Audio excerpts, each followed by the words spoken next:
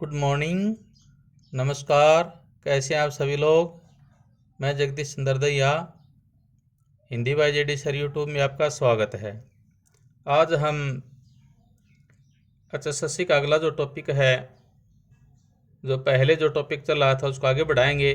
हरियाणा की जो नदियां हैं, और हरियाणा की नदियों में हम यमुना नदी और सरस्वती नदी को कर चुके हैं। अब जो तीसरी जो नदी है घग्गर नदी, आज हम घग्गर नदी के बारे में पढ़ेंगे। घग्गर जो नदी है, यहाँ से भी प्रश्न काफ़ी इम्पोर्टेंट हैं।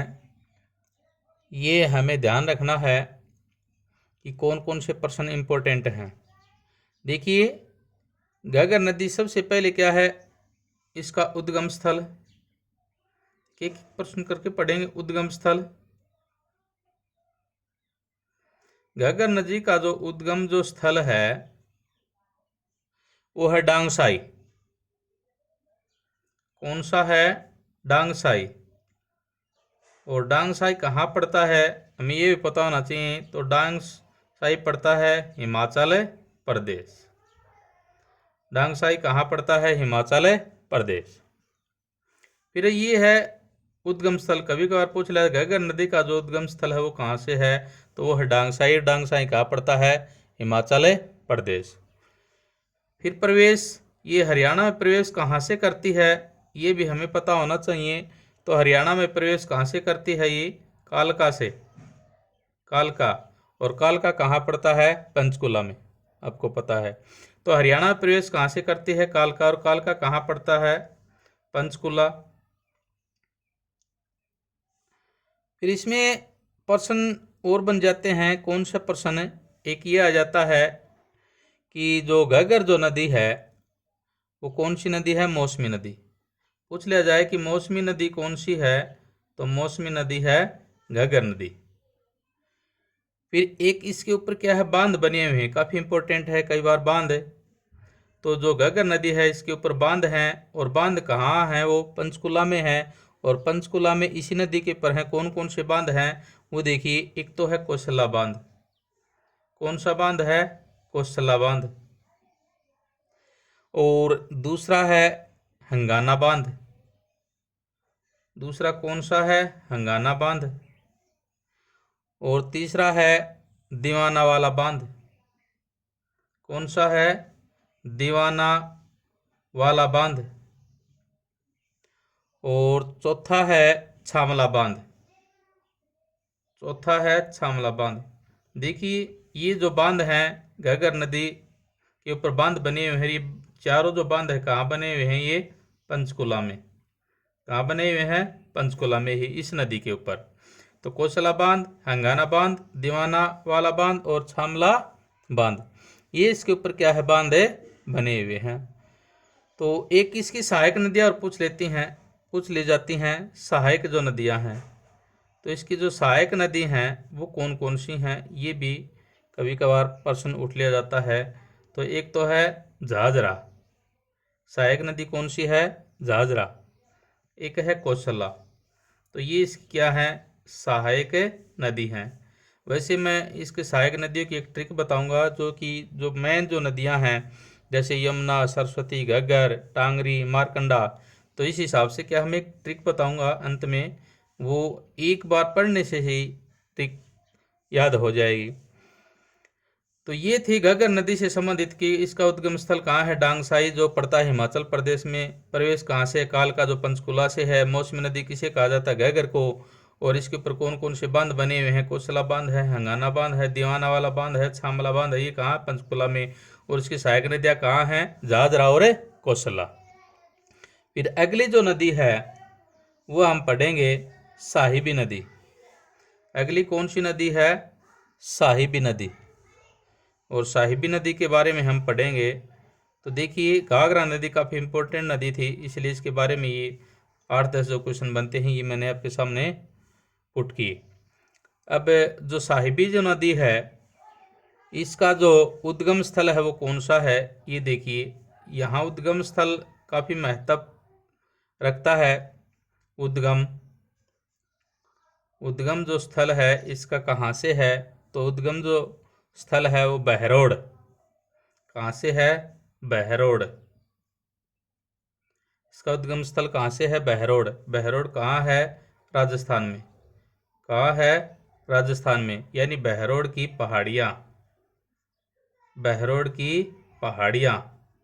तो ये क्या है? इसका उद्गम स्थल पूछ लिया जाए तो बुसाईबी नदी का उद्गम स्थल कहाँ से है? बहरोड। बहरोड कहाँ पड़ता है? राजस्थान में, यानी बहरोड की पहाड़ियाँ। और ये प्रवेश कहाँ करता है? मेवात। कहाँ करता है? मेवात। यानी इसका जो प्रवेश है वो कहाँ से है? वो मेवात की पहाड़ियों से। कहाँ से है? मेवात। मेवात की पहाड़ियों से। और ये कहाँ निकलती है? बनौरपुर और जीतपुर से निकलती है इसमें, और फिर बाद में यमुना नदी में मिल जाती है। तो ये याद रखना है कि इसका उद्गम स्थल कौन सा है? बहरोड है, जो राजस्थान की पहाड़ियों से। प्रवेश कहाँ से है? मेवात जिले की पहाड़ियों से। तो ये मनोहरपुर और जीतपुर से निकलती है। निमराना, रेवाड़ी, खलीपुर, पटौदी, झज्जर, गुरुग्राम, रोहतक से बहती हुई ये यमुना नदी में मिल जाती है। ये ध्यान रखना है, ज़्यादा इंपॉर्टेंट ये। इसका उद्गम स्थल कहाँ है? बहरोड, जो राजस्थान की जो पहाड़ियाँ हैं। प्रवेश कहाँ? मेवात की पहाड़ियों से, यानी मनोहरपुर और जीतपुर से क्या है? ये निकलती है। निमराना है, रेवाड़ी है, खलीलपुर है, पटौदी है, झज्जर है, गुरुग्राम है, रोहतक में बहती हुई कहाँ मिल जाती है? ये यमुना नदी में मिल जाती है। इसके बारे में इतना ही पढ़ेंगे। अगली जो नदी है वो है टांगरी नदी।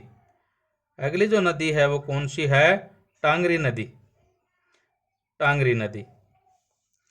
तो टांगरी नदी के बारे में देखिए, अब हम पढ़ेंगे अगली जो नदी है टांगरी। और टांगरी नदी के बारे में कौन से प्रश्न बनते हैं देखिए। तो सबसे पहले यही है कि इसका उद्गम जो स्थल है वो क्या है? मोरनी की पहाड़ियाँ। कौन सी हैं? मोरनी की पहाड़ियाँ। मोरनी की पहाड़ियाँ। इसका जो उद्गम स्थल है वो कौन सी है? मोरनी की पहाड़ियाँ। और ये अंबाला में बहती है और बाद में कहाँ प्रवेश कर जाती है? राजस्थान में। सिर्फ इसकी क्या है मेन इंपॉर्टेंट, क्या है? सहायक नदी। इसकी जो सहायक नदी है वो कौन सी है? नहीं, ये किसकी सहायक नदी है? ये जो टांगरी है किसकी सहायक नदी है? ये है मारकंडा की। किसकी सहायक नदी है? मारकंडा। तो ये ध्यान रखना, इसमें ज़्यादा इंपॉर्टेंट नहीं है, बस ये सिर्फ क्या है? इसका उद्गम स्थल ये देख लीजिए कौन सा है। तो मोरनी की पहाड़ियों से। और ये अम्बाला से बहती हुई बाद में कहाँ चली जाती है? ये राजस्थान में। ये किसकी सहायक नदी है? तो मारकंडा की सहायक नदी है, यानी किसकी है? मारकंडा की। तो ये विशेष का ध्यान रखिए। तो यहाँ से क्या है? इसके बाद जो टांगरी के बाद क्या है? मारकंडा। टांगरी के बाद कौन सी नदी है? मारकंडा। देखिए हम नदियाँ जो हैं, मारकंडा जो नदी है, यहाँ से भी कई बार क्या है एसएससी ने प्रश्न पूछे हैं। तो इसका जो उद्गम स्थल है वो पूछा गया है कई बार, कि जो इसका उद्गम जो स्थल है वो कहाँ से है? किसका? मारकंडा नदी का। तो उत्तर प्रदेश में एक नाहन है। कहाँ? उत्तर प्रदेश में नाहन। और नाहन के पास शिवालिक की पहाड़ियाँ। तो पूछ लिया जाए कि टांगरी मारकंडा नदी का जो उद्गम स्थल कौन सा है? नाहन के पास। नाहन के पास शिवालिक की पहाड़ियाँ। ये ध्यान रखना है, नाहन के पास शिवालिक की पहाड़ियाँ। शिवालिक की पहाड़ियाँ, ये ध्यान रखना है इसका जो उद्गम स्थल है। इसका पूछ लिया जाता है, ये काफ़ी पूछा गया है। प्राचीन जो नाम है मारकंडा का, जो प्राचीन नाम है वो क्या है? ये प्रश्न एसएससी ने कम से कम 4 बार पूछ लिया है। तो इसका प्राचीन नाम क्या है? अरुणा। काफ़ी वेरी वेरी इंपॉर्टेंट है ये, कि मारकंडा नदी का प्राचीन नाम क्या है? अरुणा। और यह है अम्बाला, कुरुक्षेत्र, शाहबाद में बहती है ये। और ये सरस्वती की सहायक नदी है। किसकी है? सरस्वती की सहायक नदी। तो यहाँ से ये है, इसका प्राचीन नाम पूछ लिया जाता है। प्राचीन नाम क्या है? अरुणा। और ये इसका उद्गम स्थल पूछ लिया जाता है, नाहन के पास शिवालिक की पहाड़ियाँ। ये सरस्वती की क्या है? सहायक नदी है। लिख लीजिए, बायदे याद न रहे तो सरस्वती की सहायक नदियाँ। सरस्वती की सहायक नदियाँ। नदी सरस्वती की सहायक नदी कौन सी है? मारकंडा। इसके बाद हम पढ़ेंगे इंदौरी। इसके बाद हम पढ़ेंगे इंदौरी नदी। इंदौरी नदी, यहाँ से भी एसएससी ने कई बार प्रश्न पूछे हैं। इसका जो उद्गम स्थल है वो कहाँ है? इंदौरी नदी का जो उद्गम स्थल है वो कौन सा है? तो इसका उद्गम स्थल है नूह के निकट है मेवात की पहाड़ियाँ।